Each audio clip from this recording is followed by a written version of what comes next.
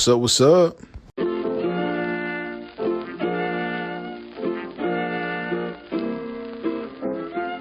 It is now time to explain to people just what's wrong with me.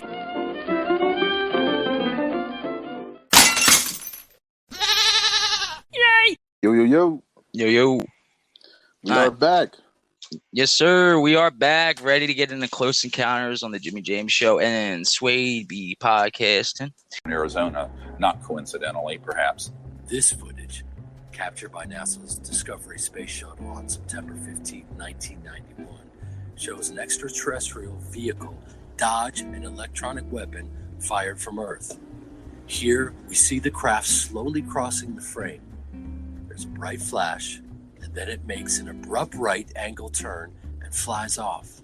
Moments after the turn, we see the shot fired across space where the craft had just been. Knowing all that, if they were hostile in the way we think of an invading hostile force, that would have been made abundantly clear to us the day. You could pause, Dwayne. Pause, right there. Yeah. Right. Pause. Oh, because I didn't want you to get too far, because then you're we're gonna be watching it. Just you could rewatch that as much as you want. If you want to rewatch it again, did you see how the fucking the Earth lit up for a second for that laser? Because we don't have anything. I counted it out too.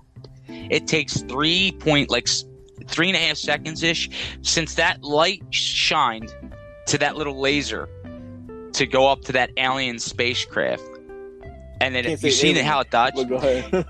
Yeah. Well, alien to us to a point where we don't know what it is. Could be whatever the fuck it is. Yeah. But you can count it out yourself. When they do that, Jerry, what's his name? Jeremy Piven? He's the guy who does the narrating. I can't talk because I'm doing something. Yeah, he's the narrator. Yeah. But if you want to play that again the same way like the first time, just one. That sounded crystal clear. It was perfect. I could hear. I'm watching it. I'm going to go to 29:15 and then just watch that one more time. Just say play, and then I want to hear. Just count that down. I'm going to count that down to make sure. What has that technology to shoot shoot that fast? No rocket could go that fast, dude. 3.5 seconds? Right. So, I don't know. Let me know. I'll pause up. We have watch satellite lasers and. Do we? Yeah. Do you know for sure? Have you seen it, or you just guesstimate? You just Raytheon Technologies specialize in this. I know. I didn't know how much you wanted to get into that. I was thinking right off the top of my head. I'll let him talk about that. But I believe it. There's obviously I know there's lasers, but that's fucking dude. That's world destroying. No, yeah, I know. It's a laser communication device. Yeah. So, but I didn't know we had weapons, or if we wanted to fucking take out a country, dude, that kind of weapon right there, dude, would what's a nuclear? I don't know, man. It doesn't look right. 3.5 seconds, I think. Let me know when you're ready to start. Yeah, let's do it. And then we'll do it. All right, go ahead.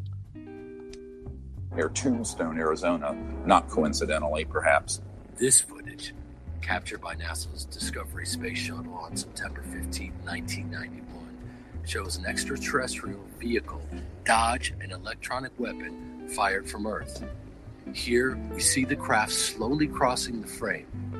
There's a bright flash, and then it makes an abrupt right angle turn and flies off.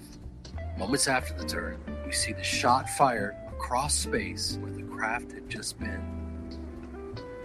All right, dude, look at that. Knowing all that, if they were hostile in the way we think of an invading hostile force, that would have been made abundantly clear to us the day we detonated the first atomic bomb. The fact is they have shown that's what I'm getting into, Dwayne. Restraint.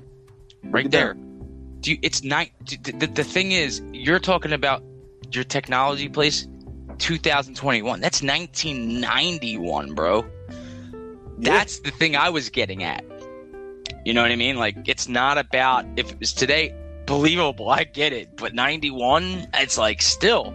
But then again, this has been going on for thousands of years with alien technology and how that places and Stonehenge and shit like that, so Exactly. do you know my theory on my theory is on, I mean, if it's not aliens, if we're ruling out aliens from outer planets, people forget, and this is where we stop talking and we start to say, let's do a podcast.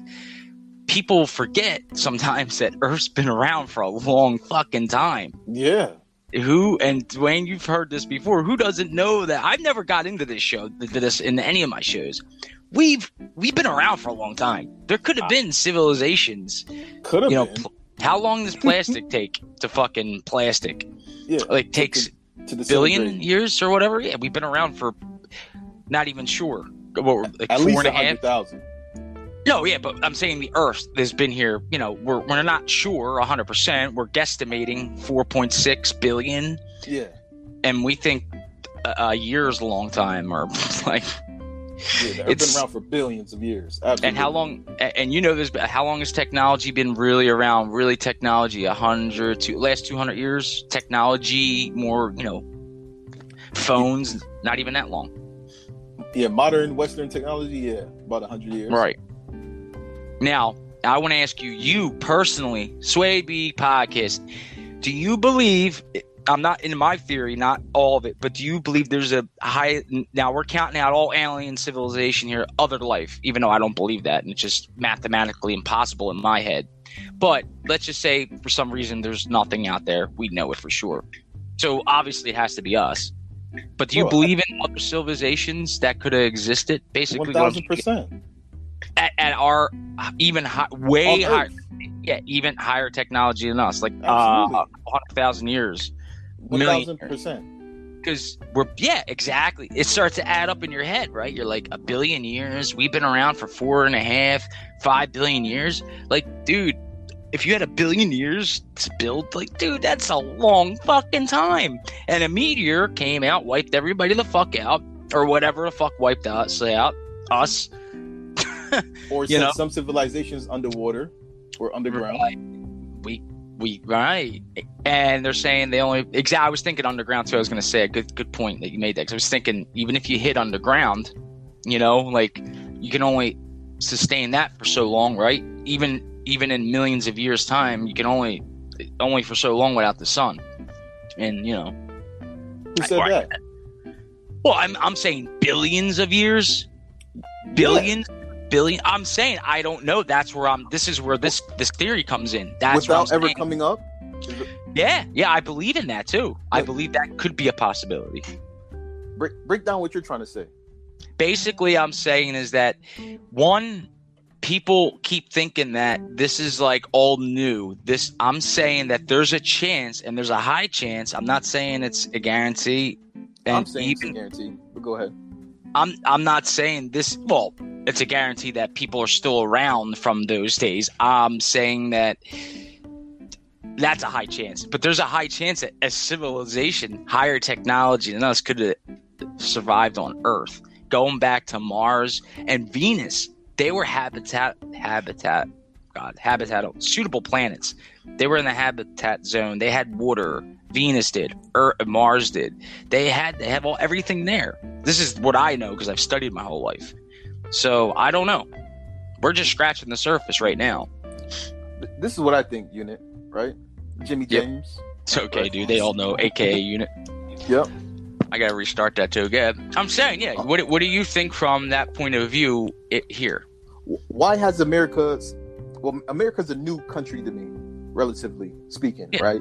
China been around for thousands and thousands of years. In universe terms, yes. It's fucking everything. The world's new.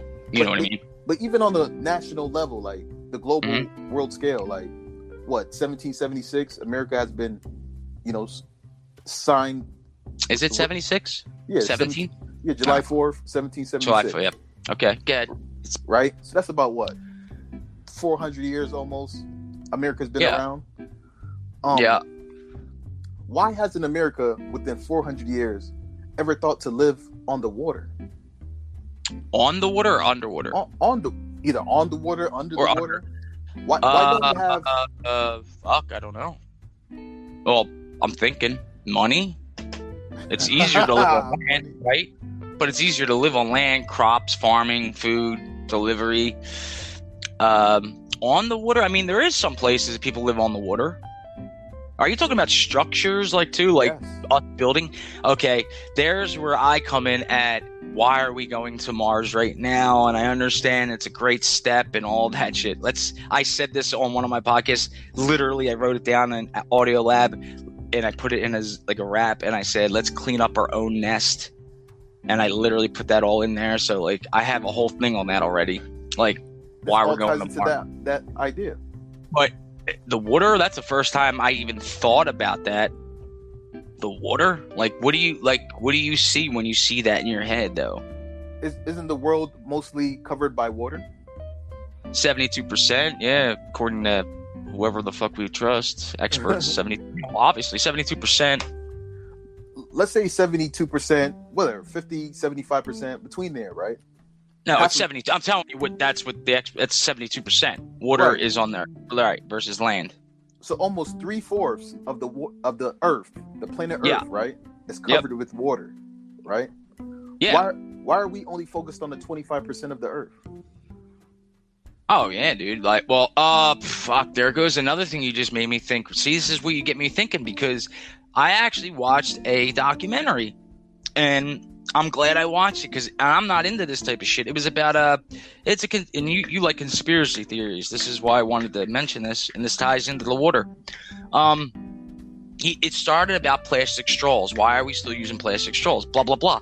But this dude didn't know in the documentary that he wasn't going to be doing a documentary about plastic straws. That's what he thought he was going to be doing. It went into how we're fucking polluting the earth by going in the water where people don't know about, and they literally just think about a big farm, and you're scraping you're raking leaves up. That's what they do underwater to catch fish and shit. They put these big nets and they just they're humongous, and they just drag the bottom of the ocean. Yeah. And then they show the whole, how much of the ocean we really took up of doing this. It's a lot. It's a lot out of that 72%. I forget the percentages exactly, but I know it's a lot. It's jaw dropping because this dude didn't know about it. So then he goes, not to get into this whole thing, he goes to the people who are supposed to be organizations against it, but nobody wants to talk about it because you think, why, Dwayne? Because money, right? Money, dude. They're not going to talk because they're fucking padding their pockets. Of course. Fucking greed. I hate. Now you know. You always knew this, but you knew I always hated the money aspect of it. That's me personally. Man, everyone's trying to get rich. If you're selling crack, dude, Biggie said it. Don't sell. Don't shit where you eat. But you wouldn't sell crack or have drugs right out of your house, right? Shit where you eat. I wouldn't. Right? You wouldn't. But the person who's working at a fucking, they apparently don't mind because they're getting paid. They make organizations up ran by the people who are literally doing it to them to pretend they don't, they're against it. It's like a fixed boxing match, dude. That's pretty much what I'm trying to get at. Analogy. Okay, I'm with that. You got it. That's what the show was about. But how much I didn't know about the oceans. I knew it was bad, but I didn't know it was that bad. So that kind of answers your question on the ocean part. That's probably why. It's because we're fucking those oceans. I don't know, dude. $1 hooker, dude. And these guys are horny. So what you're saying is, I'm gonna scratch that. We're gonna scratch that, right? Because I want to get your personal opinion on that, right? We've been fighting wars and people have been using bombs and all this bullshit, right? Right. We're all fighting over 25% unit, right? Oil mostly, yeah. All this shit. All agreed. 25% of the earth people are fighting over, right? Right, and you're saying water. Right. Water. This 75% of the earth is covered in this water, right? It's hard to live out there. Yeah, I'm saying, still. Why is this a new idea? Like you said, I don't think it's a new idea. I think it's yeah. I'm saying this only because I've seen this documentary. If I didn't see this documentary, I probably would have been thinking in my head right now, well, it's tough to live out there. There's there is things, there's places you can live that's calm, which I'm sure it's in your all right, you're not talking about the deep sea just sitting there because it would take a lot of labor and then get shit out there. And I don't know, dude. Even after it's built. But why are we spending billions of dollars to go to space or Mars or wherever, right? Yeah. And we have yet to even think about, okay, America, why don't we just start another America on the water? Kind of like NASA is what I see. All right. If you don't know this, NASA was it was ran by the government. Okay. NASA was going to be this is years ago, 70s, 80s. And then they had people like Jobs and Musk come in and support them. Not them personally, but support them. People that are rich.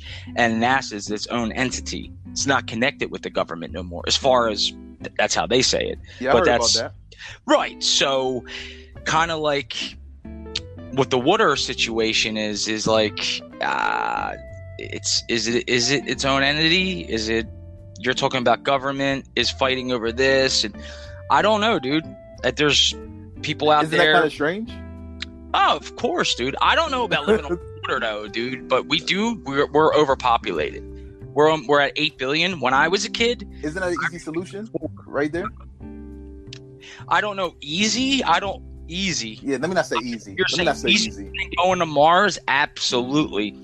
Is Elon Musk, is he his own man with his own money? I mean, I don't know him personally, but as far he is, so he could do whatever he wants. If he wants to go to Mars, that's great, dude. But like we talked, so he'd rather live on another planet, travel through the vacuum of space to get there. Well, instead of you said him. No, he's going to send other people. Fuck, he ain't. He's he ain't that stupid, I guess. Right? He's gonna send what did he say? Other people to start a colony on Mars. Yep. Right. Yep. Million people by 2026. Fuck out of here. Instead of actually setting up a colony on the water, or at least within 100 feet of the surface of the water. Or clean up our nest, which I literally said cleaning that up. Which honestly, I can't say 100%, but they do have programs that go towards back. But there's other documentaries out there, like I recommended, because these guys are doing these documentaries, aren't rich. They're not really. They're only known for like writing books, and then they go out to the dirt and get their hands dirty. They're like that kid. He was a nobody. He still is a nobody, I think. I don't know his name. I don't know his name. I don't know him. He's just some documentary kid. He wanted to fight about plastic straws. So, and then he discovered all this. And without that, like, how would that information got out there? Without this show we're about to get into, like I said, I can always add this. I get this information. That's what I'm saying. I'm a kid from the city.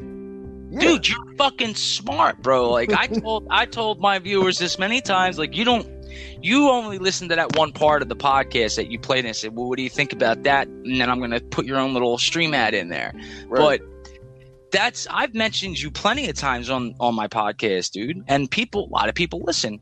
I could see where more people listen on more things, what the topics are. You know, I have a lot more listeners when it's me and you versus it's just me on this subject, or if it's on me on this subject with mental health, I have more, you know? Yeah. So, I'm into people creating biospheres and utopias and these things. So I'm deep into this stuff. Now, asking from where you work for, are we allowed to talk about where you worked and all that? Is that? Nope, not yet. Not yet. That's fine. But what I'm saying is, from where you worked, which is, you know, you build things anyway. Yeah, is military and commercial airplanes. From lately, or has this always been in your head? This has always been in my head since I was a young person. Did something open your eyes? Yeah, the facts. Yeah. Kind of like with this. Okay, so you're kind of in the same boat with me right now with like the alien. Like I always knew that we weren't alone. Like I'm not saying ET was like living among us, but it's just mathematically impossible. Anyway, yeah, so I'm on the same page as you. It opened your eyes. So I wish we could talk more about it. I really do, because that fucking sucks. Yeah. I don't know if you could tell, if you can, or I can always edit anything out like that's not important. Even that part, me saying editing, like this shit could be, you know what I mean? Like this doesn't have to go out publicly. None of this is live, so you don't have to worry. Yeah, the issue with my job and stuff is they don't want the employees to even post on Facebook or social media. NDA? NDA, yeah, it's like an NDA we have to sign. Yeah. But we can't really post our our job location if we're going to discuss other topics because it makes the company look bad in a certain way. Okay, but you guys have your old company used to have an old YouTube channel. See, I could say whatever the fuck I want about them, only because what I've learned. You're free, yeah. I think it's fucking wrong what they did, and I guessed it. I'm not going to say anything what you could say if you want, but I guessed it. I already know what you guessed and what you said. That's on you. But what I said, like it happened to me at Home Depot, and that was just like a Home Depot. Yeah. Basically, anybody out there, this is what happened to me, and then I'll let Suede tell his if that's he believes. I don't know how. I'll reveal a little bit. I can. Okay, basically, I work there, and you have it's 90-day probational period. I didn't really do anything wrong at all, ever. Didn't get in trouble once, and like I told this story on the podcast that he just published now.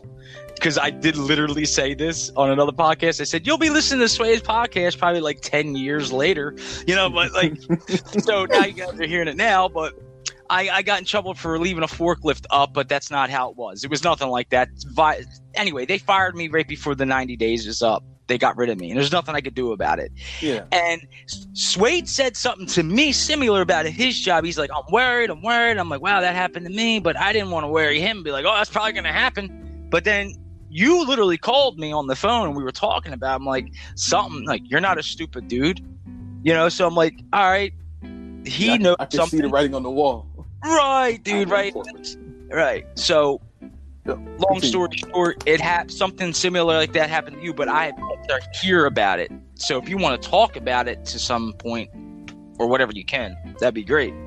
Yeah, I basically got one of my most dream work. I had a great opportunity that came to me in May 21st of 2021 to work for one of my most dream companies within the state of Connecticut. Can you say the company's name or no? I could say Raytheon Technology. Yeah, Raytheon's, because I keep forgetting it. Raytheon's. Keep going. So you got that dream job-ish. Go ahead. Yeah, where they make it's a manufacturing company where they produce airplanes for commercial airlines and military aircrafts, and this has been my dream since I was 18 years old. I love space. I love aerodynamics. I love flight. I think, who doesn't want to be able to fly? So right. The fact that we're able to achieve that within the past 100 years, I wanted to be a part of that future innovation in the aerospace field. And I got hired back in May. Oh yeah, and by the way, and you were so. Let me give you guys a little aspect on that before he gets into that. He got hired back in May. He was. I could feel it because we were talking. I was on my way out the door, and he was excited as shit because we were both going through something good at the time, and I could hear it in your voice, dude. You're like, dude, I got a new job or something. Then like 2 weeks later or something, I'm like, how's your job going? Because I haven't heard from you. Yeah. And so go ahead. You got hired back in May of 2020. This year, 2021. Yeah, this year. Yeah, 2021. Go ahead. Keep going. This job pays a lot of money. It has everything you will want in a great job. And except employment records. Go ahead. Except what? Employment records is the only thing that's not great. I'm just saying that as a joke. But go ahead. Yeah. So I was on my 81st day, 81st day or whatever. Wow. And I started seeing signs that, I'm getting. Can you give me an example? Because you didn't tell me this story, so this is all new to me too, as well as the listeners. But can you tell me what that sign was? But you did tell me a little bit, but I don't only heard, you know what I mean? Yeah, I was on the phone with you on my break, and 80 something. What day was it? 80 what? 81st. 81st day. You're on the phone with me telling me about seeing signs. You didn't really get into too much, but go ahead. Bro, this shit is so hard to even talk about. I know. Hey, you get it out. That's why I waited so long to really push you, like not push you, but to ask you. I said, we'll talk about it when you're ready. But fuck them. Yeah. And long story short, my supervisor ended up terminating me and letting me go. Did any reason that he gave you that was satisfying, or can you tell us, or you can't, or was it right? Okay, but all right, then I'll ask you like that. That's why I was asking you. Is there any reason you can give us? Do you think it was? I can't say right or wrong. It was incorrect. It was unrighteous. Okay. It was a falsehood that he, on the premise that he terminated me, basically. Right. And you never, by the way, and just for if anybody does listen out there that's connected to this, you never once mentioned your boss or anything like that to me. You just said writing on the wall and shit like that. And I understood because of the Home Depot thing, but just difference is that's a $1 billion fucking company. I think $1 billion company. I don't know. Billions. Has to be billions. It's definitely in the billions. Yeah. And assets. But go ahead. So writing on the wall, like, so you said it was wrong. Did you? Let me ask. Did you? It's hard to ask without this. Like, you can't tell anybody this, right? This has nothing to do with me. I mean, the podcast, right? I'm currently going through a situation right now. Some litigations. Okay. So if you're still in court and stuff, like, yeah, you better just, well, you know, even talking to me, I wouldn't. Yeah. I don't know if you could tell, like, a close one. If you can't tell your close one that, I wouldn't put it out on anything. But yeah, I think people understand that situation. I can't go into the details of it, you know. You can't, or you can? I cannot. I cannot. Oh. It wasn't because you think it wasn't anything racial, do you? I don't know why I just think it out loud. Do you think anything like that? Yeah, I think that's a big piece of it, you know. Oh, is there any white guys there? in the 5th biggest aerospace company on the planet Earth? Yeah, white guys there. Yeah, I don't like that guy. He stared at me. Yeah. He stared at my $5. I think he's going to steal it. No, I don't know. Basically, that's kind of... Well, that's where you just lose me when you say they're smart, because they let you go and they sound like a bunch of retards, because you got somebody who has desired to work there since they were a kid. Not there personally, but like that. Have a threshold in the future. Have a foot in the future. A footnote. Even if you're just a footnote, you were there. You know what I mean? And they went and they... So either you really had to do something fucked up, like you punched the boss in the face or something, you know, like crazy, like, I don't know, peed in his fucking hat. I don't know, dude. Bro, but I never showed up late, not one day, bro. Yeah, you told me about that shit. Forgot about that too. No, wait, you said you did. You did miss something. Didn't you miss a day or something? No. That was somebody else. Never mind. But you did tell me. Yeah, I just remembered who that was. Yeah, like, bro, I played it straight in the arrow, bro. Right. And I still got let go. Something, dude. And I know this has nothing to do with like I know this could be said. I mean, you told me something, and I remember it was bugging me because I was like, something doesn't. I didn't say you were overthinking. I was like, because I knew I had this experience of that feeling part with the 90-day bullshit. Yeah. But even at a Home Depot, because I was basically used for a summer worker. Yes. And then they let me go to bring back in the winter. And I didn't know because I was young. I was like 18. You're not young. You were 32 because you were 31, 32 is about the same age. I don't know whatever. You're over 30, so you have way more life experience than I did. And you're at a really more important job or whatever. Every job's important. You know what I mean, to a point. Yeah. But, yeah. Something I would love to know, me personally. Mm-hmm. I know you can't talk about it because you're going through what you're going through, and that's fine. But I mean, I would love to know when you can. Definitely, we got to bring that discussion back up. Absolutely. Because, you know, everybody, you know, there's always that 3 sides of the story. The truth, you know, what's the 3 sides? Yeah, it's one person's side, the other person's side, and the truth. Yeah, that's it. That's it. Old saying. Absolutely. So anyway, hey, we'll get into that, I guess, more, but this ties into what we were talking about the water, and how do you want to play this out, dude? Do you want to get into that more, or do you want to get into close encounters more? I mean, as far as the show goes. Yeah, back to what we were talking about, like, you know, at the aliens and this, that, and the third, like. Bro. Well, we never got into what I wanted to say. I said, before we talk about anything, and then we went on to everything else. I said, I wanted to know what you and that certain somebody were pissing me off, because it was pissing me off because you called me and I thought we did a show about it, but we didn't. We were supposed to. Yeah, or something. But we did one time when I was at, you know, whose house, and we talked on your show for like an hour and a half. And you released that finally. I did. Well, I think you did. I don't know. That was the one was a couple months ago. I don't know. You said you're going to be doing them gradually.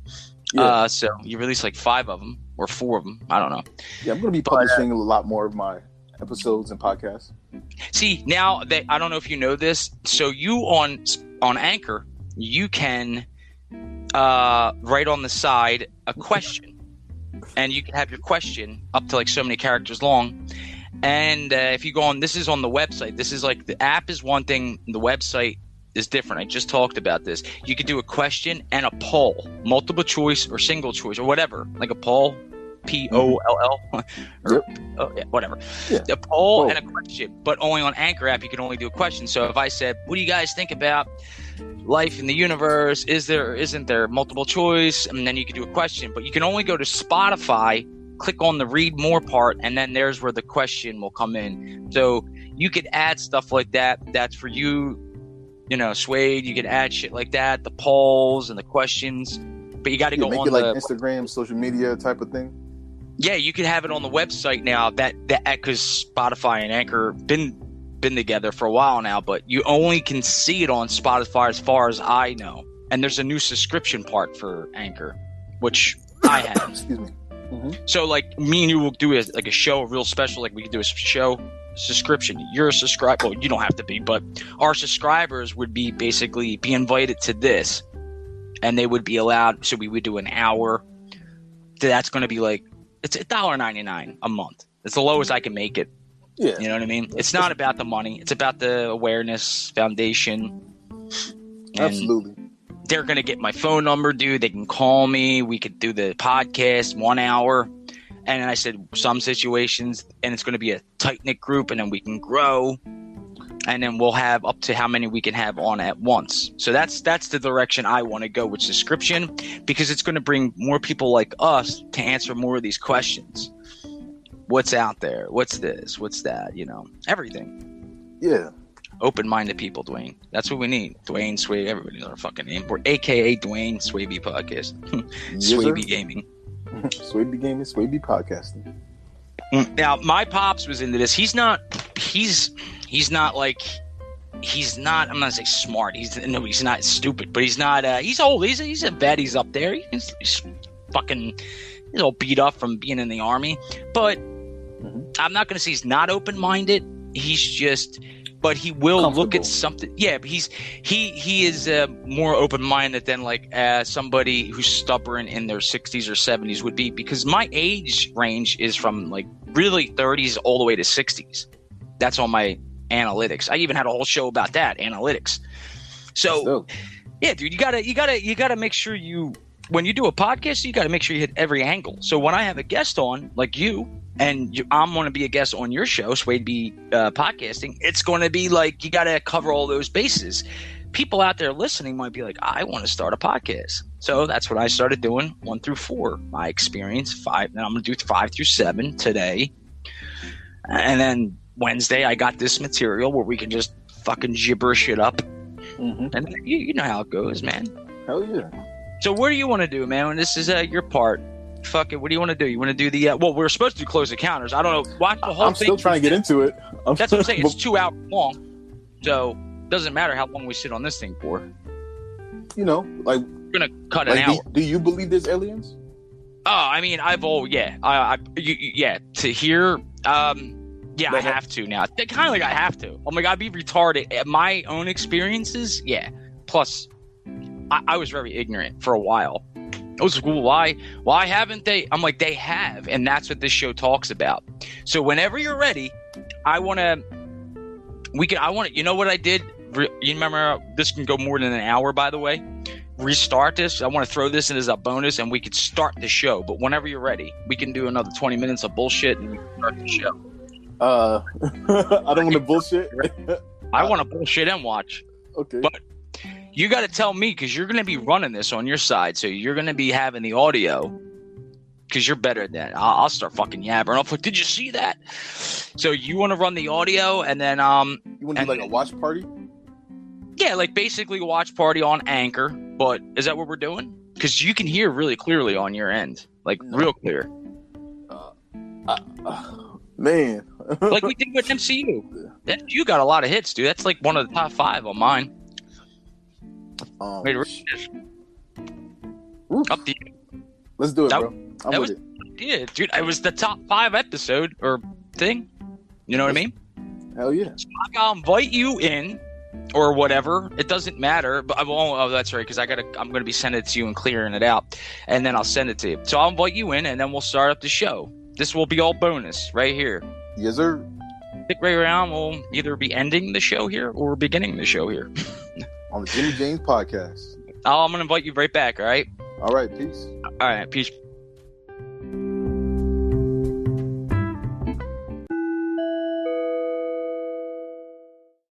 Something strange is happening. We are living through the most extraordinary moment in human history. After decades of denial and ridicule, government officials and the mainstream media are admitting that extraterrestrial civilizations are visiting Earth.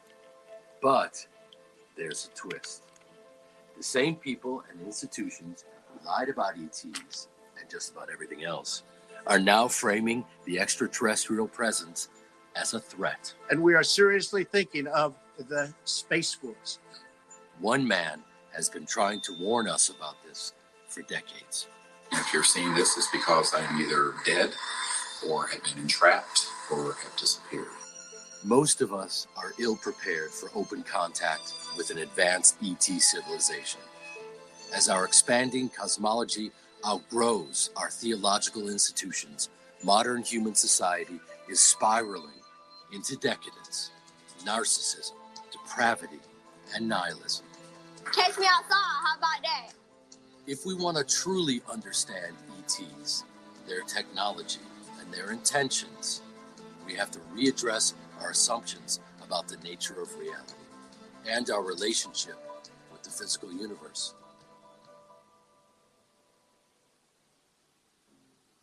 The prologue. On the surface, UFOs are real. There are these machines zipping through the sky. But one of the things I've always said is, well, that's interesting. And it's cool. And it's great to see them. But what's really interesting are the people on board those spacecraft. They're intelligent. They're conscious. They're here. They're interested. Why are they here otherwise? But no one has made the question, how do we develop that relationship with the occupants of the UFOs? That's what this is about. It's going from just sort of a materialistic view, there's a machine flying around the sky, and sort of a superficial view of it, to a deeper truth of who's on board, why are they here, what is their relationship to humanity, perhaps the origins of the human race. What are we to do to create a relationship with them, and how do we do that? What is the foundation of a relationship between humans at this stage of our evolution and civilizations that are hundreds of thousands to millions of years more developed technologically and socially and perhaps in consciousness? We have to find where that point of commonality is. I have put a briefing together for every president since Bill Clinton, and to the extent that they know anything, it doesn't mean they have control over these covert programs. The unacknowledged special access projects are run in a way that they are outside the purview and control of the president or the Congress. And for that reason, our elected representatives are unlikely to resolve this problem. But we can resolve it by going directly to these civilizations and saying, we're here. You can make contact with us. We're unarmed. We are friendly.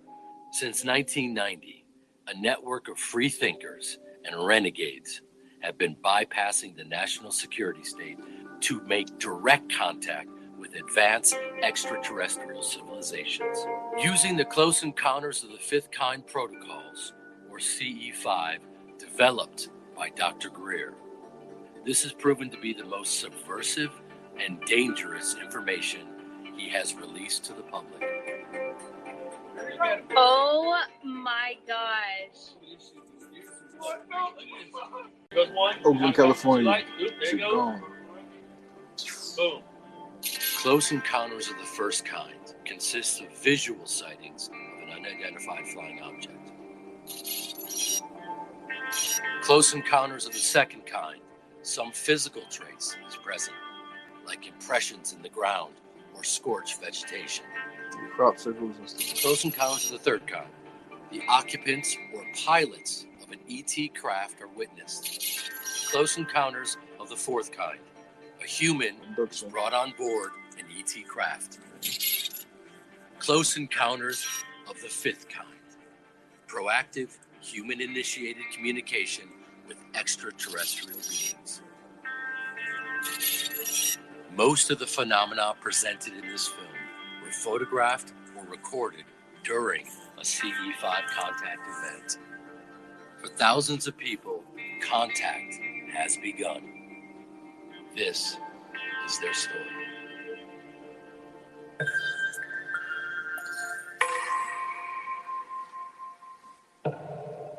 This thing definitely has me in my emotions and my feelings, bro.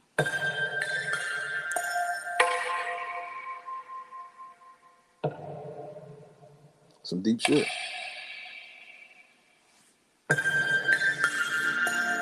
Let's go. Deep shit.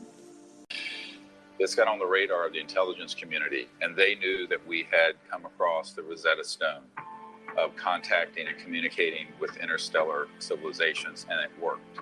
That is what started the intelligence community coming after what we were saying and doing and trying to intercept it. This is, in fact, cosmic disobedience on a grand scale. We're going to bypass the sociopaths in these covert programs and do this directly. It's the same thing with the civil rights movement. The civil rights movement would have never happened from the top down. Even the Kennedy brothers did not want to step into that mess. It took a mass of people, not just Martin Luther King, but millions of people all over the country. Yeah, the people got to want it. And lunch counter sit-ins and the people want to change. These motherfuckers can't stop that, bro. Direction of our civilization. You got to go with it. Onto a society that is, while not perfect, is more open and closer than it was. Well, the same has to happen here. And to do that, we have to understand what cosmic is, the nature of the cosmic mind is, that is resonating within every single human being. Because that's the foundation for the relationship between humans and these civilizations. By doing it directly, all of us are going to know what the truth is. You don't have to go through a proxy or someone who's telling you secondhand. But it also creates a movement globally to show these civilizations that there are people on this planet who are enlightened and conscious and peaceful, which is the majority of humans. Because real disclosure is humans making contact with these civilizations directly. And these civilizations are waiting for us to do it. And so this is our opportunity. This is our moment. And it really is we, the people, that have to do it. Got the Stephen Greer. Well, for decades, only crackpots and crazy people believed in UFOs. That's what I thought anyway. And then in recent this guy's years, been doing lectures for like years, bro. The government's been taking them seriously all along. Very seriously. This shit is tough, bro. Like, it's so dope. You feel me? Cool shit. Yeah, I hear you. You sound good. This is really some cool shit, bro.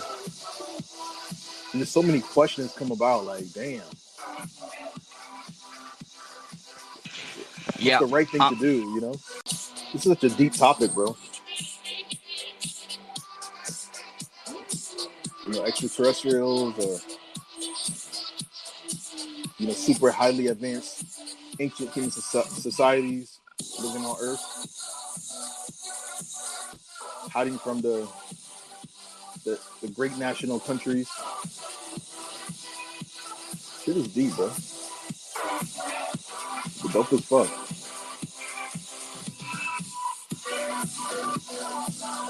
Like, how much shit have they witnessed, you know?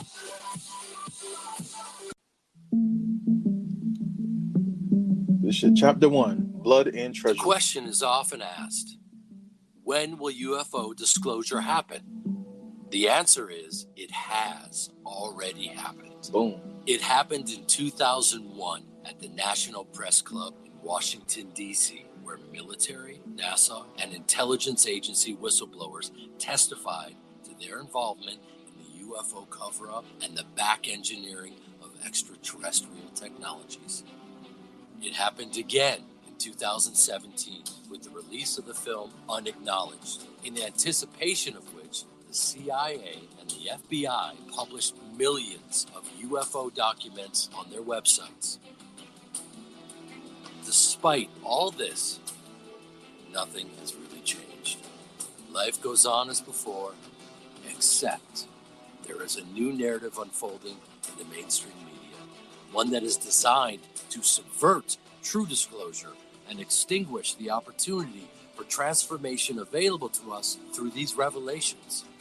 Earlier this week, the New York Times and Politico revealed the existence of a secret government program to investigate UFO sightings. It was especially focused on encounters by members of the military, like this one experienced by a U.S. Navy pilot off the coast of California. There's a whole fleet of them. Look on the ASA. Yeah, I've seen this clip a million times. Literally, like at least 50 going times. against the wind. The wind's 120 knots from the west. Look at that thing. It's rotating. Average people see UFOs, on the news, right? All of a sudden, it's real. UFOs, we've been tracking them in the sky. And they go, okay, well, so what? Tinfoil hat people, right? Yeah. It took a long time for the mainstream media to finally admit that, they are in fact real. Why did we wait that long? Why did we wait for the mainstream media to tell us before we finally believed, hey, this is actually happening? And the challenge is, if there's potentially multiple narratives, how do you decide which one to go with? Back in the 1990s, I was read into or briefed on a project that involved an interagency group that had the ability to disclose the ET presence in a way that would frighten everyone on Earth and convince the public that there was an alien threat. Yeah, an invasion. Completely false. It's all a lie.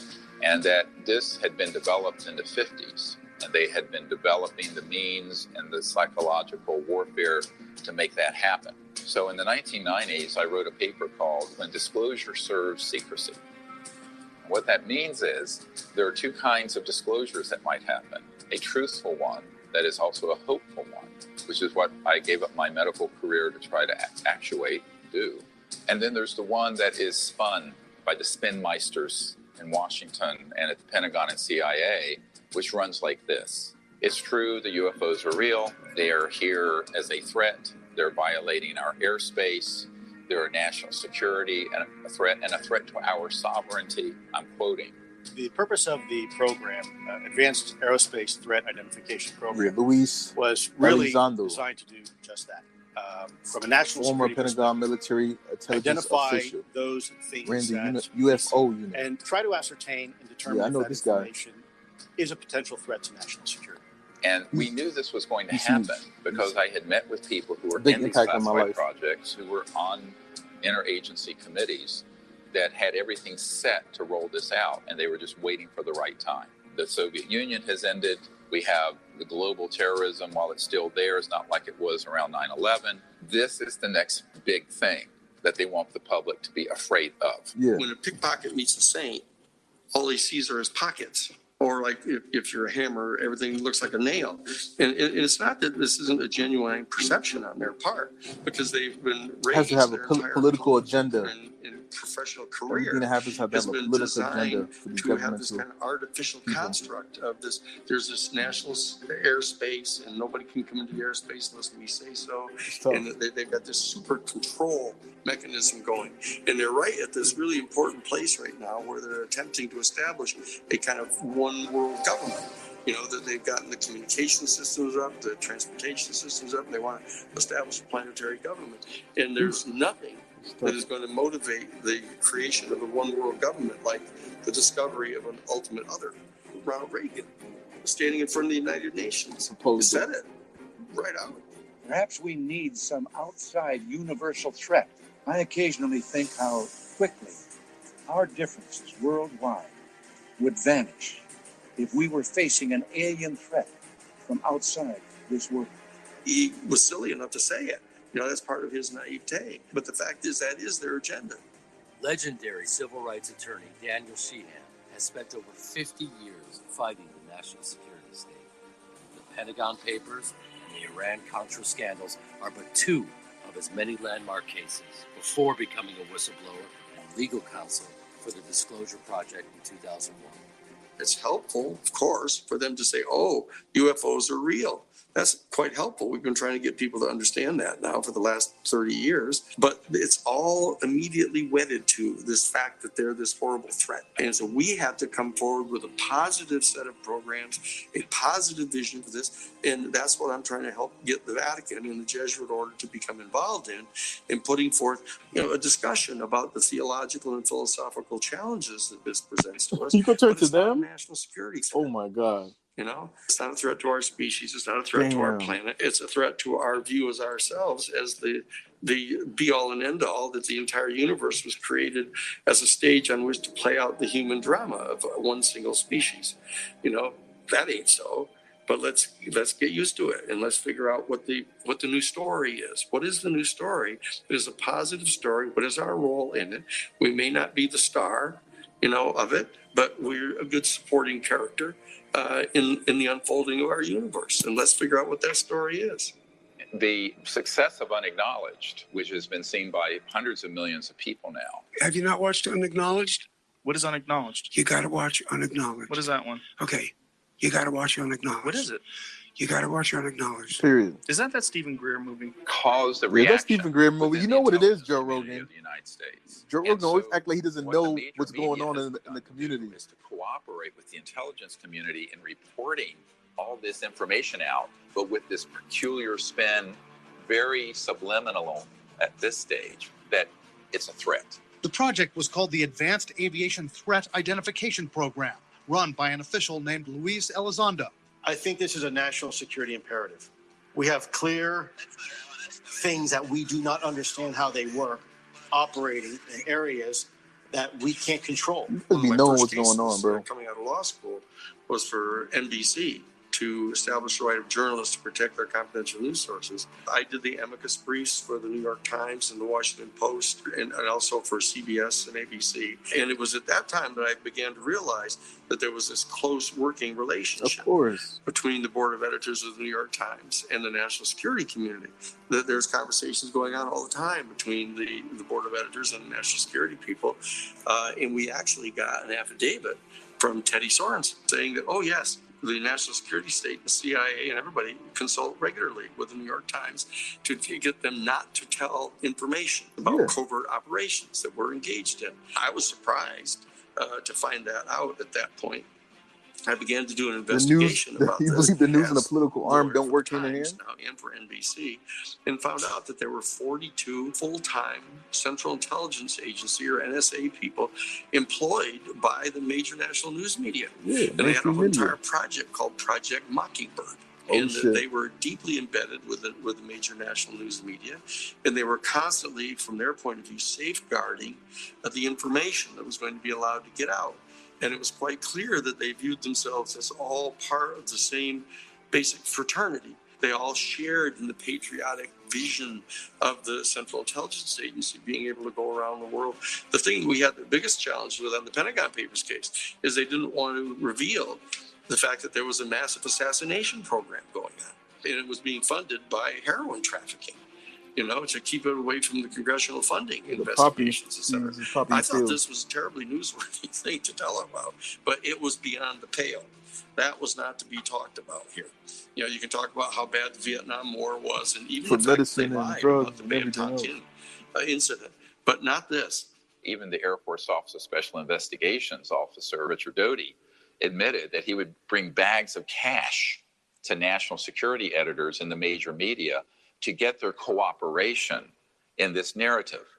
So every news agency, every television, radio station in the Albuquerque or Santa Fe area had our snitches in there. So we knew, and we paid them. We paid them good money.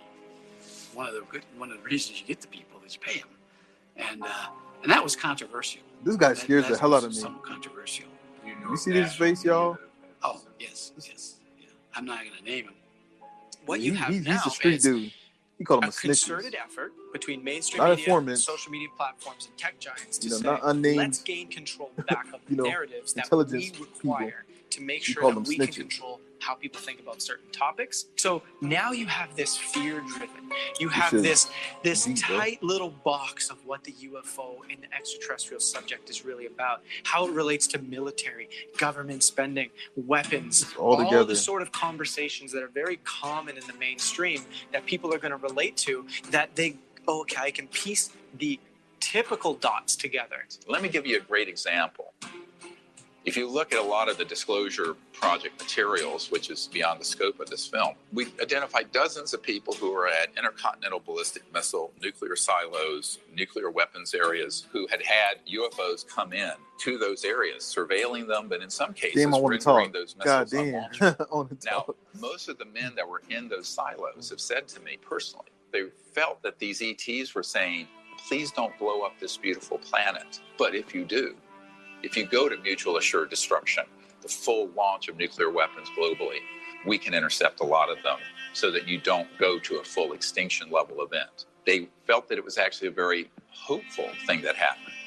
Meanwhile, people came along, took the same data, the same cases, and spun it into a national security threat. One set of facts, two narratives, diametrically opposed, opposite. When I got involved in the issue of the UFO issue, Patriot is another man's theorist. Starting in 1977 with President Carter, I realized that the work that I was doing was characterized by the national security state as a target for counterintelligence activities. When I see this thing happening with this To the Stars Academy, where they suddenly appear on the front page of the New York Times, and the CNN all of a sudden wants to talk with them, and they're on MSNBC and all this kind of stuff, I immediately kind of realized, wait a second, this is part of what I've been worried about coming out, because they were constantly spinning this story that this is a threat. My name is Tom DeLong. A lot of people know me from my band Blink-182. I started that band when I was 16. Through a series of meetings, I was soon connected to a large group of U.S. government officials from the CIA, the Department of Defense, and Lockheed Martin Skunk Works. These guys were the ones involved in the secretive U.S. government programs that dealt with these subjects. What's happening is the To the Stars Academy people were all, Jim Simivan, who's there, the chief of covert operations, domestic for CIA, which in and of itself is totally against the law. The National Security Act of 1947 completely, clearly, and unequivocally prohibits any kind of covert operation stateside. But here, that's who he is. The chief of covert operations, domestic for CIA, which in and of itself is totally against the law. The National Security Act of 1947 completely, clearly, and unequivocally prohibits any kind of covert operation stateside. But here, that's who he is. And there he is there. And you got guys from the DIA and the Defense Department and Hal Puthoff and stuff. And they're all there. And what they're doing is they're putting this intense spin. Every single thing they talk about all has this kind of gestalt to it, that this is a threat. And it very well could be a threat. It's a threat to our national security. It's a threat to our airspace. It's a threat to our sovereignty. It's what it is. It's a threat to our dominion over our own planet. Control, something that's out of our control. That's their job. Our job is to assert full spectrum dominance over the entire planet. We actually have the documents from the 1992 United States Defense Department Policy Planning Guidance document, where they said that right at the end of right at the dissolution of the Soviet Union, said, we've got to not cut back on our military spending. We have to increase it so we can establish full spectrum dominance over the planet.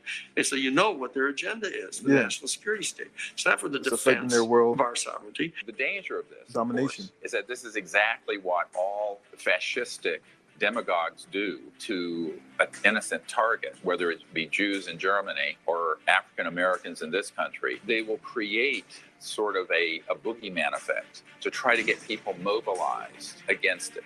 What's up? One ugly motherfucker. And as one member of a royal family told me, we need to do things so that the public will accept in blood and treasure the sacrifices needed to have an interplanetary war. I'm quoting. That's tough. Bombshell CIA document previously published by the Disclosure Project. What the fuck, bro? Like, this is never going to end, bro. This shit is never going to end, bro. Cultivate a culture of fear towards extraterrestrials. And it's interesting that Hollywood and the clandestine services are both spend most of their time convincing people that something that's not true is in fact true. I think probably Hollywood is full of CIA agents, and Absolutely. we just don't know it. Of course. And I wouldn't be surprised at all to discover that. The agents and all that stuff, they're hired from the political government. Assets within Hollywood have made billions of Their intelligence dollars agency, popularizing the people working in corporate humanity's America. first encounter with ETs will be a devastating bloodbath. Mr. Chambers, don't get on that ship. The rest of the book, To Serve Man, it's a cookbook. This shit was dope. That movie was dope, though. And coming to Serve Man, Twilight Zone, that shit was fire. Thing.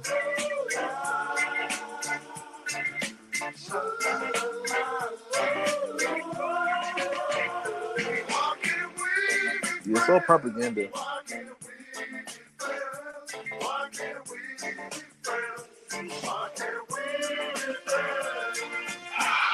Invasion of the Body Snatchers, that shit was dope. Let's go out into space and look at our planet over the last 100 years. World wars, hundreds of millions of people killed in war, the advent of weapons of mass destruction, our going into space in a competitive way with the Soviet Union for the Apollo projects and others, the degradation and destruction of our environment, our targeting of extraterrestrial assets around the Earth and in space, and successfully killing many ETs and downing their spacecraft. Out here in Fort Huachuca in Arizona, there's an underground facility where there are 9 different ET craft that are there with all the autopsy bodies. There's a man on my team who used to work in that facility near Tombstone, Arizona, not coincidentally, perhaps. This footage. When you say ET, what is the ET? Discovery Space Shuttle on September 15, 1991, shows an extraterrestrial vehicle dodge an electronic weapon fired from Earth. Here, we see the craft slowly crossing the frame. There's a bright flash, and then it makes an abrupt right angle turn and flies off. Can't touch this. Moments after the turn, we see the shot fired across space where the craft had just been. Knowing all that, if they were hostile in the way we think of an invading hostile force, that would have been made abundantly clear to us the day we detonated the first atomic bomb. The fact is they have shown remarkable restraint, almost a level of a Gandhian pacifism, not to have pushed back. So the threat isn't extraterrestrial. The threat is covert human.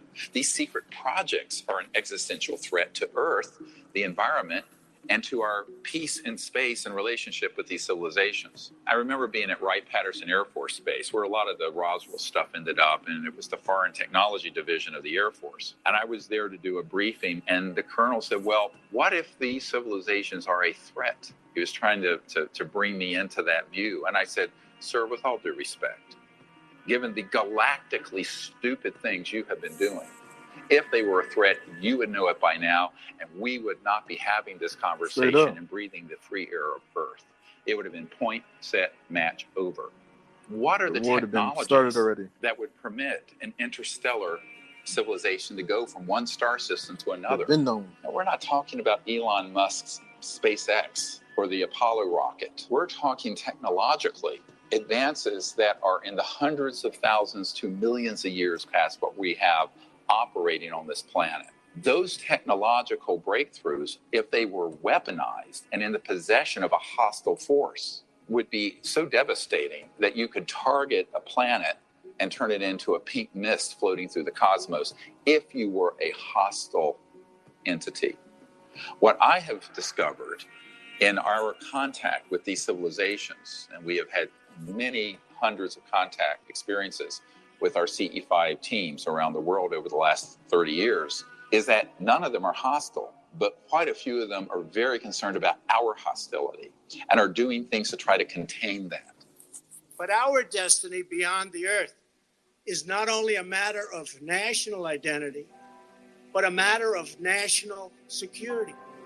It is not enough to merely have an American presence in space. We must have American dominance in space. They want to project out into the stars their dominion.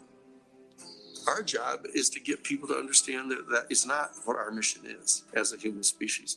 We need to lay back, participate with all other sentient life in the universe, and merit a proper position in the galactic federation, not be the big bully on the block. That's the opposite of a world power, though. A new level of That's the opposite of the philosophy of becoming a world power. Like cattle mutilation or galactic power. Alien abductions. In 2017. Pause right there. And that's what bothers me about this movie, bro. Yeah, I'm here. Good. It's like they have to explain the philosophy of these world power, these world governments. They're trying to globalize and make this thing a global power, bro. Like, yeah. So by them fighting the aliens or whatever, the UFOs, UAPs, whatever you want to call them, right? They're learning how to advance their technology to become that level of a fighter. It's exactly. Yeah. When I was listening to you react, because I'm listening to react to some of it, I'm like, he's like, this, but like you're seeing it from these people who's put a lot of their time and effort into this, and you're seeing it like your point of view, and it's just, you're seeing what I've already seen, but I'm still learning again because I wanted to rewatch this for a while. Hell yeah, let's play it. Oh, good. Yep. Retired Air Force intelligence officer Richard Doty made history when he admitted on camera that unacknowledged special access projects within the military do indeed stage alien abductions to lay the psychological foundation for an interplanetary conflict sometime in the near future. We did do that. No shit, Sherlock. OSI did that. There was a special group out of the 7602nd Air Intel Wing at Fort Belvoir. They came out and did that. They had these people that had maybe some sort of defects, anatomical defects that were brought in to fool people and thinking they're aliens. Yeah. People born with one arm specifics and born kind of. It's still, the program is still classified, and they probably still doing it. I wouldn't doubt it. They were still doing it. This corroborates what dozens of other insiders have disclosed to Dr. Greer, but they're too afraid to testify on camera. Colonel, you're about to find out who your alien really is. General Stahl. Some years ago, I had a meeting with the Crown Prince of Liechtenstein, Hans Adam von Liechtenstein. He had reached out to me through some of his contacts. He said, look, Dr. Greer, we have to meet, but we can't talk about this on the phone. Your efforts to effect disclosure are noble, but they will not be able to be permitted. Yeah. And not for the reasons you think. I said, well, this is interesting. Finally, we got together in New York City in July of 1994. He said to me, in 1989, a group of us were trying to do disclosure, and it involved Gorbachev, President Bush Sr., himself, and the UN Secretary General Pérez de Cuellar. And in the course of us putting together the high-level planning meetings to do this, Pérez de Cuellar, the UN Secretary General, was abducted out of his limousine in Manhattan. He was told by the aliens that if they did not cease and desist from their plans to disclose this information, that every world leader involved, including the President of the United States, would be abducted. This blew up like an atomic bomb in the Bush White House, and it did not go forward. I said, okay, well, tell me more. He says, well, we've concluded that we have to prepare the public for an interplanetary war. Period. And in doing so, we can then also force the return of Christ. I'm quoting. And they're going to merge both of those ideas together. He didn't know that I knew that the means for that abduction for Pérez de Cuellar were run by a counterintelligence unit out of the national security state that had the technologies to simulate an alien craft and aliens run completely by military assets. And that there was a deeper part of these unacknowledged special access projects that were zooming even people like Bush Sr., who was on the committee, but had lost control of some of these renegade factions. This is a very complicated story. Pérez de Cuellar being abducted caused him to stop that process. It manipulated these leaders into going onto a war footing. And he confessed to me that the reason he was funding the work of the abduction groups was because they wanted to put information out to the public that would scare the public so that people would make the sacrifice in blood and treasure to have an interplanetary war. Now, this is 25 years ago. It was not a happy meeting for me. If there's any one thing that is going to mobilize people to allow the national security state to establish full spectrum dominance over our planet, it is this. The beings themselves, interestingly enough and very importantly, aren't putting out their own story. They're not It's doing a one-sided that. They're trying to situation. get us to understand it. They're trying to give us warnings. They're trying to help raise our consciousness, which is a critical part of this entire operation going on, and trying to get us to do this for ourselves. It's inevitable. That's what this is all about. But the war, national bro. security state realizes that that's a slower process, so they're now trying to hurry this up. There's a kind of an emergency process underway right now. Make no mistake about that. When I was briefing the director of the Defense Intelligence Agency, the very first thing he asked wasn't about this subject. He looked at me, he says, Dr. Greer, what we don't understand is why you haven't killed yourself yet. Yeah. He said, well, my dad knew about some of this way back in the 60s. No one would do anything about it. So he took his revolver and ate his gun and blew his head off. It's inevitable, bro.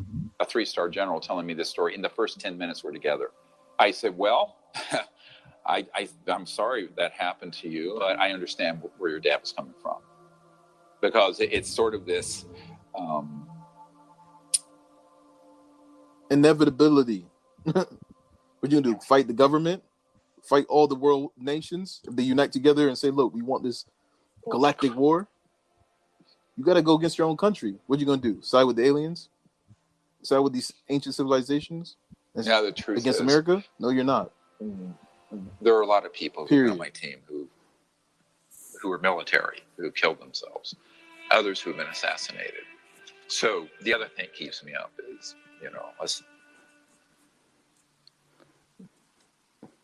they're forcing you to pick a side. Survivor guilt. You feel me? This shit is tough, bro.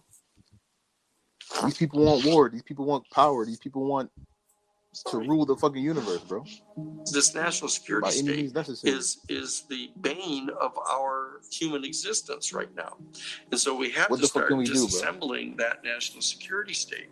Because,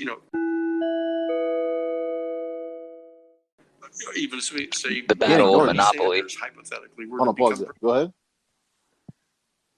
I said the battle of monopoly. Yeah, like 300. Like what can you do?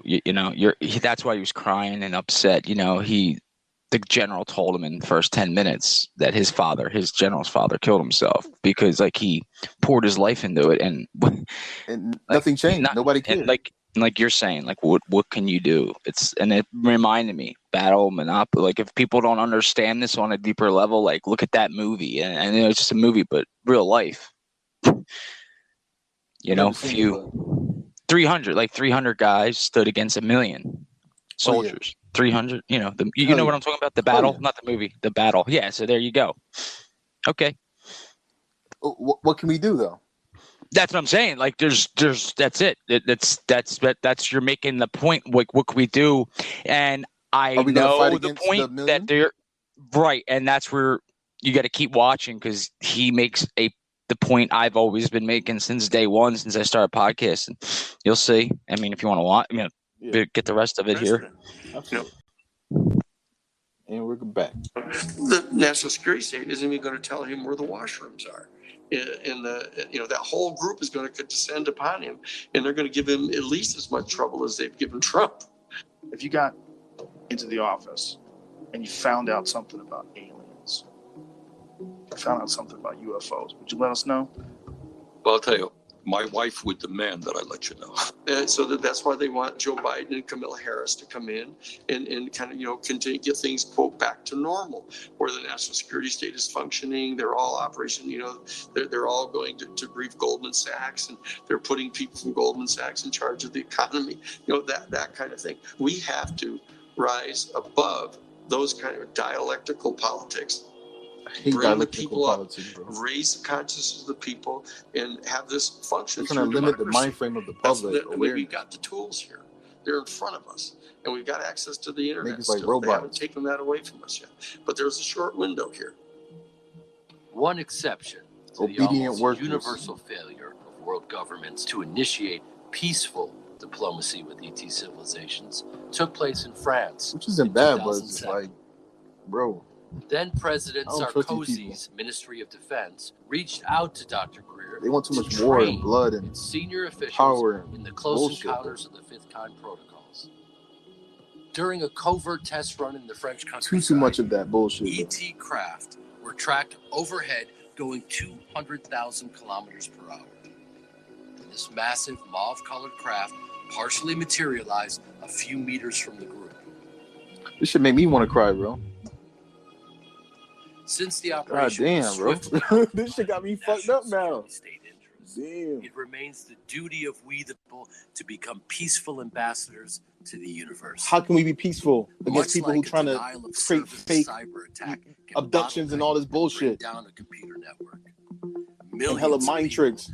initiating Bro, contact would ain't no completely peaceful, bro. overwhelm This the shit is national war, bro. security state's ability to subvert disclosure. Whether you want it or not, this is war, bro. The national security state people, and potentially working with and through the To the Stars Academy, are going to be pitching this problem. Saying, well, we can't just let our whole civilization know that there's this highly advanced, technologically superior society out there, and because our whole culture will collapse. Whereas, in governments are fact, bullies, it's bro. quite This is clear big that it's their defense Weird-ass of bullies the hiding behind elite. government fucking That's organization. 1% of the human family that basically ends up controlling over 40% of all of the wealth on the planet that they're really defending. And it's their world that they're trying to defend. So that you see that this is a subset of a larger question about how spiritual consciousness and the evolution of consciousness, of understanding what we really are in the makeup of the universe, is a threat in itself, of course, to this elite. Because that is the threat. dissolving away of these kind of differences among ourselves, and this coming into a full ownership of our proper place in the universe puts these people out of business as the ruling elite. And so that the raising of consciousness of our human family is so closely related to the opening onto the extraterrestrial experience that both of them together are viewed as a threat by the elite. What they're afraid of is that this is such an accelerator. As people have these repeated contacts with the extraterrestrials, their whole consciousness starts to rise. They start becoming aware of the fact that we're damaging our environment. They can become aware of the fact that nuclear weapons are kind of an insane thing to have. War is a really bad idea. This is a spiritual experience. It's a spiritual stimulation that's coming. If you take someone from Italy and someone from Japan, very different cultures, very different people, personalities, backgrounds, emotional temperament. Now, extrapolate that out across the cosmos. Think of the vast differences there are going to be.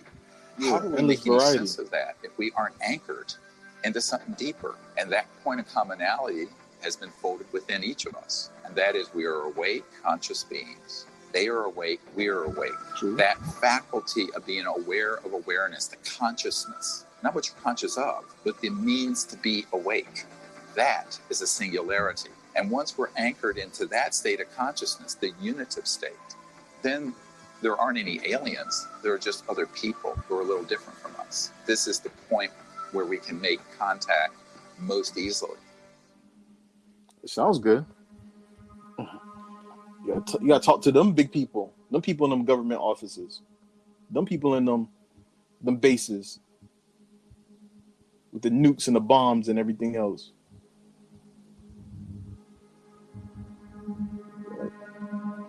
Them the motherfuckers that don't give a fuck when about I looked that. at Close Encounters of the Third Kind, I said, well, somebody knows what's going on here. Because it had a lot to do with the telepathy, the sort of dreams people had that led them to the Devil's Tower in Wyoming, all this. And I then found out that Spielberg had actually had a man, J. Allen Hynek, who was the head of Project Blue Book for the Air Force, who was the chief consultant who opened up files for him so he could make that movie almost like a docudrama. That shit is dope, though. In 2011, a CE5 group at Joshua Tree National Park successfully contacted an entire flotilla of ET craft. In the unprocessed night vision footage, we see what appears to be two distinct craft, but image enhancements reveal that these are two parts of a superstructure or mothership surrounded by an entire fleet of ET vehicles. How is this possible? It is not possible to simply crowbar extraterrestrials into our traditional, relatively primitive view of reality. In order to make sense of things, and indeed, in order to make contact, we have to pause and readdress our assumptions about the very nature of reality.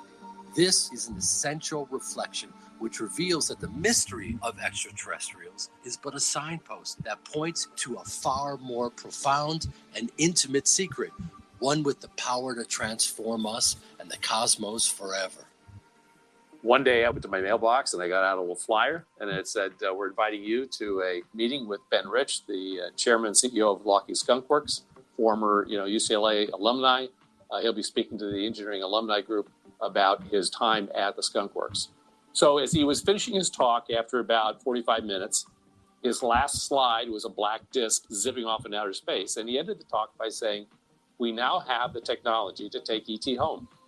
And the whole room burst out laughing. We said, did he just say that? And as he was walking away, I followed him and I said, Ben. He turned around and looked at me and I said, Ben, I'm really fascinated with what you had to say today. And I said, I would really love to know how we would do that. What would we use to get to the stars? He looked at me, trying to figure out who I was, I think. And he said, well, let me ask you a question. How does ESP work? And I was really taken back because, frankly, I was asking a question. I wasn't expecting to get a question back. So the first thing that popped in my mind was all points in space and time are connected. So I fired that answer back to him. I don't know. All points in space and time are connected. He said, that's how it works. He turned around and he walked away.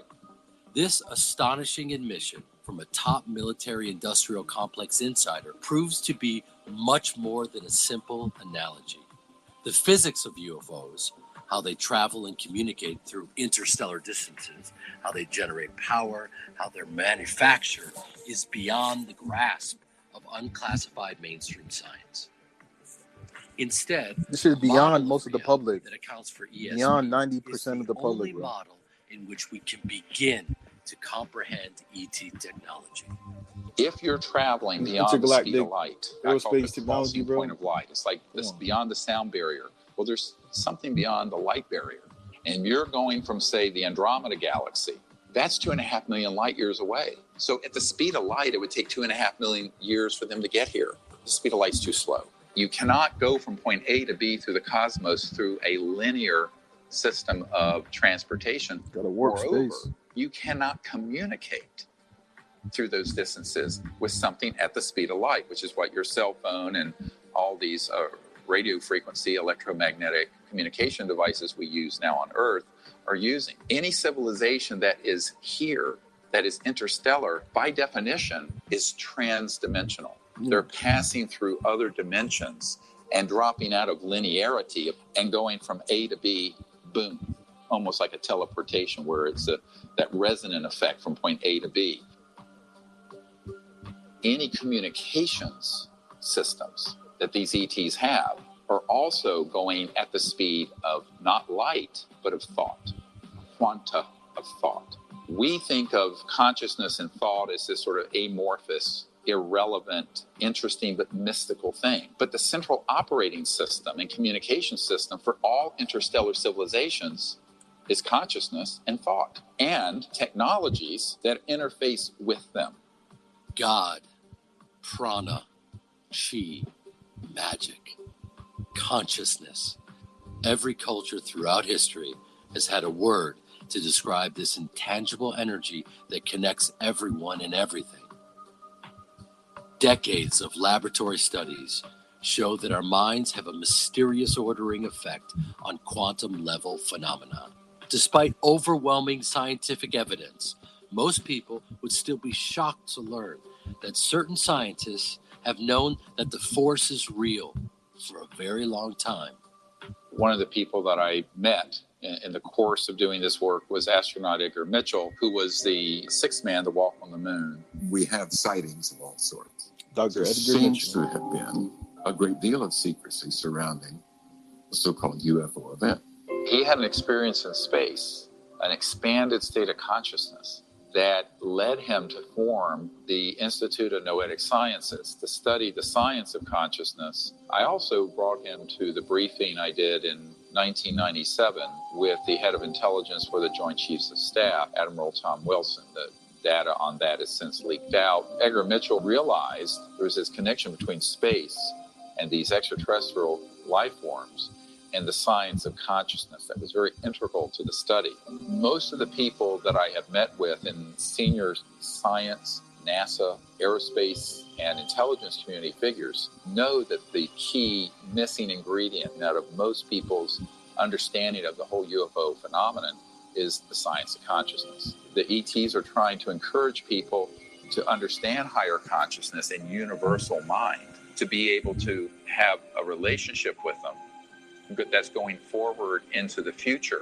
And Edgar Mitchell realized that quite early on because of his own personal experience out in space as the sixth man to walk on the moon. What's the nature of the universe we live in? What is our relationship to the larger reality? It's like trying to tell a first grader about quantum physics. Reality, we're denying it. It's like, how can you skip all those other levels, other grades of education? There is a spectrum of consciousness available to human beings. At one end is material consciousness. You got to pause At this. the other end, there got to be a process to raising someone's consciousness. You know, you can't just skip from a person living day to day, you know, doing bullshit, whatever, to becoming like an awakened being, understanding their own existence and how that relates to the other beings and energy around them. That's like that's like a huge leap. Quick, you picked that up pretty quick because like I've been like that later on in life. But when you were just saying that, it's like, first of all, you just can't. It's like it's like you said, teaching it to sixth graders or something like. It's like teaching it to a fucking baby. It's like you basically can't. Some people have you grow up and you can play piano like a savant, right? Like that's rare. It's very rare. But what is it like? Like, I'm not saying I'm a savant at what I'm talking about, but what is it when you feel or you have something, emotion so hard, so deep, or we all have it. It's just learning how to, you know, connect with it. Can't be taught like IQ. It just can't be taught to. Yeah. And that's what has to be obtained. You're right. That's why I want to watch this and then watch Mindset. Yeah, and you'll see what he's getting at as, you know, how do you fight it? We can't. Well, there is a way, but, you know, I think. Go ahead. No, I'm not going to say because it's going to head into that direction, and you're already ahead picking it up right now. I'm listening. Keep going, man. Keep going. All right, guys, this is part 2. Contact has begun. Close Encounters. This is a show after a show, so it's the rest of the Close Encounters plus the show after a show. Enjoy.